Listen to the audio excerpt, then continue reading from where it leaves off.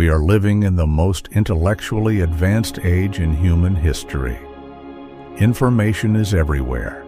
Knowledge is instant. Answers are always within reach. A single device in your hand can access more data than entire civilizations once possessed. And yet, something doesn't feel right. People are thinking less, questioning less, understanding less. We scroll endlessly, but rarely reflect. We react instantly, but rarely analyze. We consume information without ever truly processing it. This is not because we are becoming less intelligent. It is because we are becoming less engaged in thinking. Slowly, quietly, almost invisibly, we are outsourcing the very process that defines human intelligence. And what replaces it is not knowledge, but noise. This is the paradox of our time. Never has information been so abundant and thinking so rare. Critical thinking is often misunderstood. It is not about being the smartest person in the room. It is not about having the most knowledge or the fastest answers. It is something far more subtle and far more demanding. It is the ability to pause when everything around you demands speed, to question when everything encourages agreement, to doubt when certainty feels more comfortable. Critical thinking requires effort. It requires patience. It requires the willingness to sit in uncertainty without rushing to conclusions. And most importantly, it requires independence. Because the moment you begin to think critically, you separate yourself from the crowd. And that is exactly why so few people truly do it. Modern life has removed friction from almost everything. Food arrives without cooking. Entertainment plays without choosing. Answers appear without searching. Convenience has become the defining feature of our world. But convenience comes at a cost. Because thinking, like any muscle, requires resistance. It requires effort. It requires struggle. It requires time. And when everything becomes easy, we stop exercising the mind. We begin to rely on shortcuts, quick answers, surface-level understanding, not because we are incapable of deeper thought, but because we are no longer used to it. And over time, what we don't use begins to fade. There was a time when not knowing something was the beginning of thinking. You had to search, to compare, to struggle with uncertainty. That struggle was where understanding was built. But today, uncertainty is eliminated instantly. A question is typed, an answer appears. Clear, immediate, convenient. But something important is lost in that process.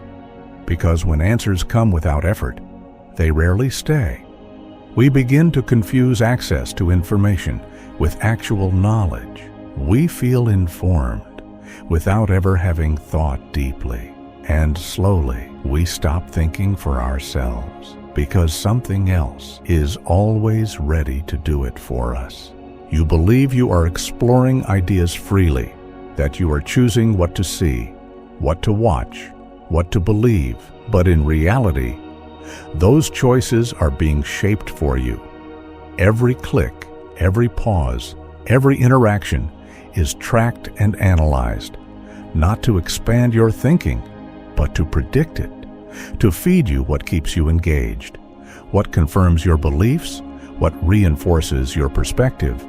And over time, your world becomes narrower.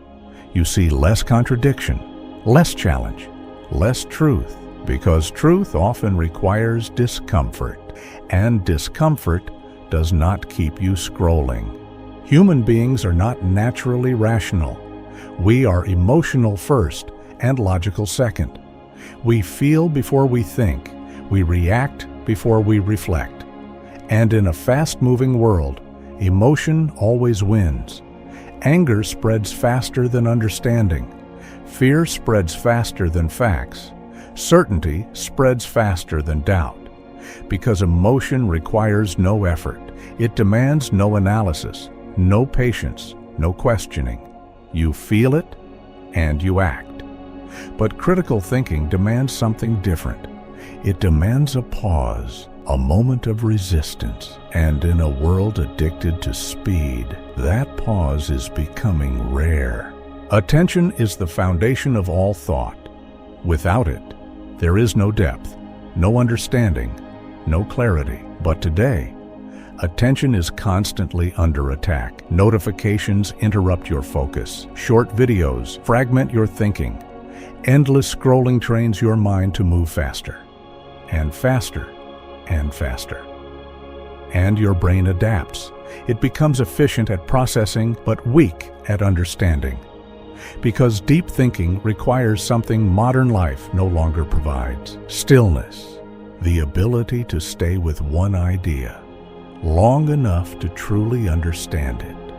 Without that, thinking becomes impossible. We are told that education creates intelligent individuals, but often it creates compliant ones. Students are taught to memorize, not to question, to repeat, not to explore, to provide the correct answer rather than challenge the question itself. And so, thinking becomes structured, limited, controlled. There is little room for doubt, little space for curiosity, because curiosity slows things down, and systems prefer efficiency.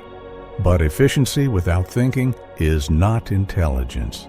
It is automation. To think independently is to risk standing alone, and for most people, that is deeply uncomfortable. Humans are social by nature. We seek belonging, approval, acceptance. And so, we adapt. We adjust our opinions to fit the group. We soften our doubts. We silence our questions, not because we believe, but because we want to belong. And over time, we stop noticing the difference between what we truly think and what we have learned to say. Critical thinking requires one difficult truth: you will be wrong, often. But today, being wrong is no longer part of learning. It is something to be avoided at all costs. Mistakes are exposed, judged, amplified, and so people become careful, not in their thinking, but in their expression. They avoid uncertainty, avoid complexity, avoid risk, because it is safer to repeat what is already accepted than to think and possibly be wrong. The crowd moves quickly, faster than reason, faster than truth, faster than thought.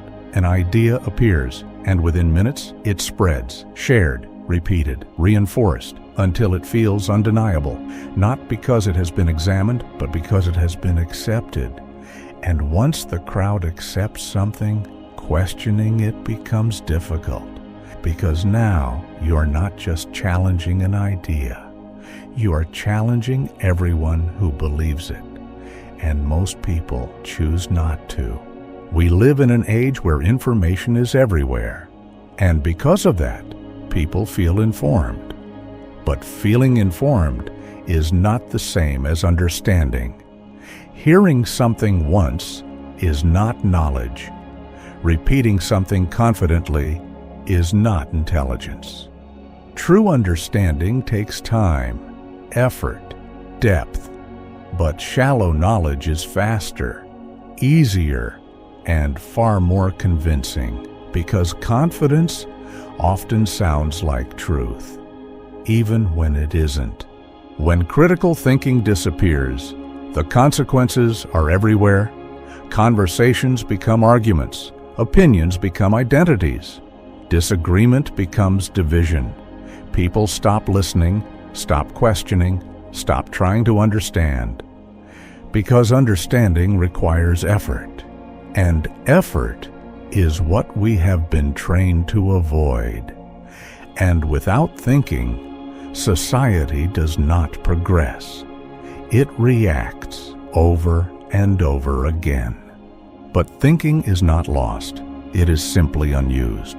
And anything unused can be rebuilt slowly through small acts of resistance, pausing before reacting, questioning before accepting, listening before responding, seeking ideas that challenge you instead of comfort you, allowing uncertainty instead of rushing to certainty. Because thinking is not a talent, it is a practice. In a world where everyone is connected, thinking has become an act of separation, because to think deeply is to step away from the noise, to question what others accept, to doubt what others repeat, and that creates distance. But within that distance, something powerful emerges: clarity, because the ability to think has always belonged to the individual, not the crowd. The disappearance of critical thinking is not inevitable. It is a choice to follow, or to question, to react, or to reflect, to accept, or to understand. And in a world moving faster every day, thinking becomes slower, rarer, more difficult, but also more valuable. Because in an age where everyone consumes, the one who still thinks becomes dangerous.